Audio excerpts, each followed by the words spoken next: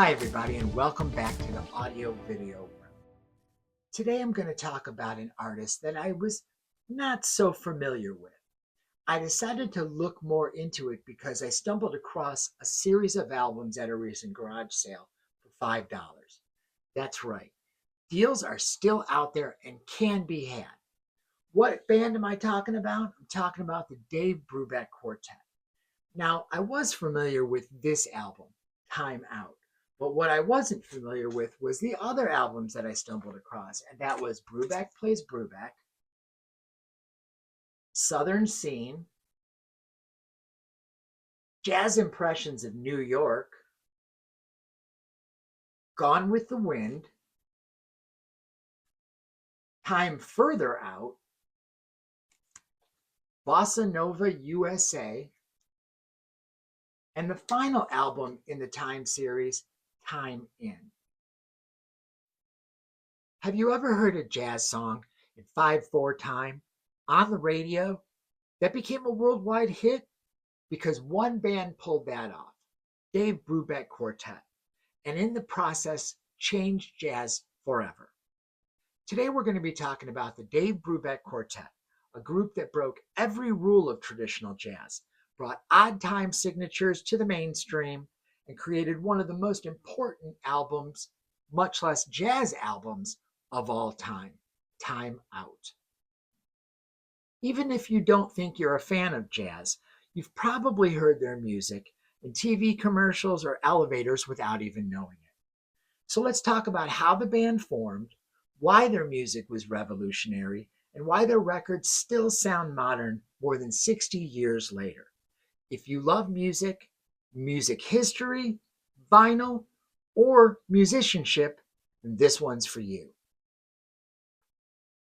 The story begins with pianist Dave Brubeck.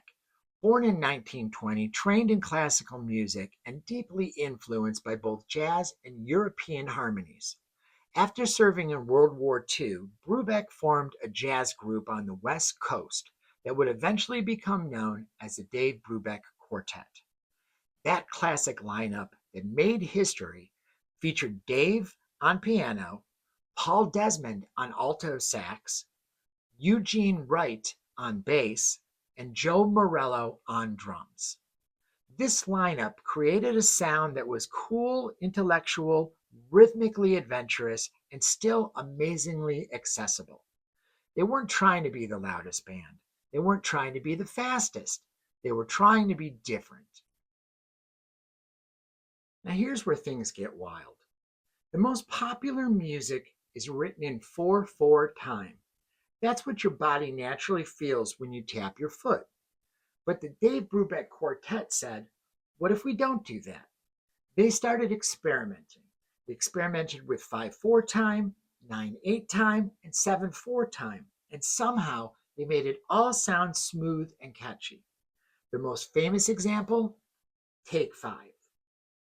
This is a jazz song in 5/4 time that became a global hit. Radio stations weren't even sure how to count it in. DJs didn't know where the one was, and yet people loved it. It was unheard of, and it opened up the door for progressive rock, experimental jazz, film scores, and even hip-hop sampling. Without the Dave Brubeck Quartet pushing rhythm this far, a lot of music simply wouldn't exist in the same way. Now, in 1959, the quartet released the album that would change their history forever, Time Out.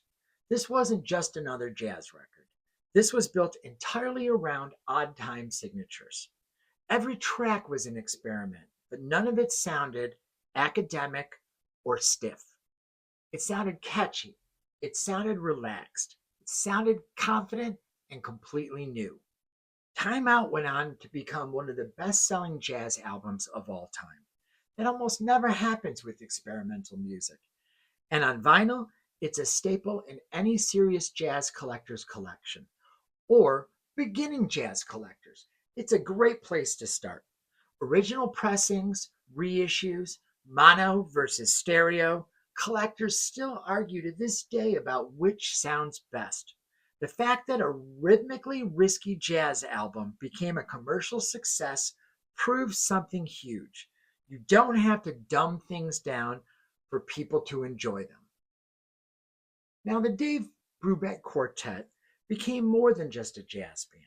They became college campus icons, television regulars, and international ambassadors of American jazz. During the Cold War era, the US government even sponsored the band to tour internationally as a symbol of American culture and creativity. What made them so popular? Well, for starters, they were clean cut, intellectual, non threatening, but musically daring. The Dave Brubeck Quartet made you feel smart. They made you feel modern, and they made you feel sophisticated.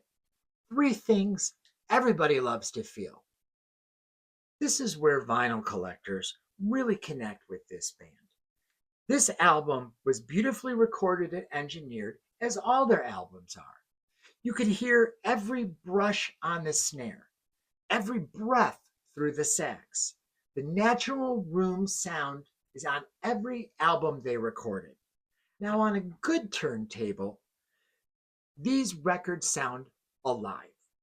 Whether you're playing original Columbia pressings, modern audiophile reissues, or mono mixes, the Dave Brubeck Quartet is one of those rare jazz groups where even non audiophiles can seem to hear the difference.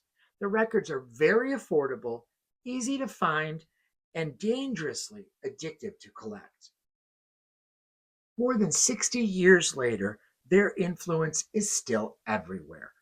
You can hear it in progressive rock, film scores, hip hop, and jazz fusion. Their music proves you can be adventurous and successful.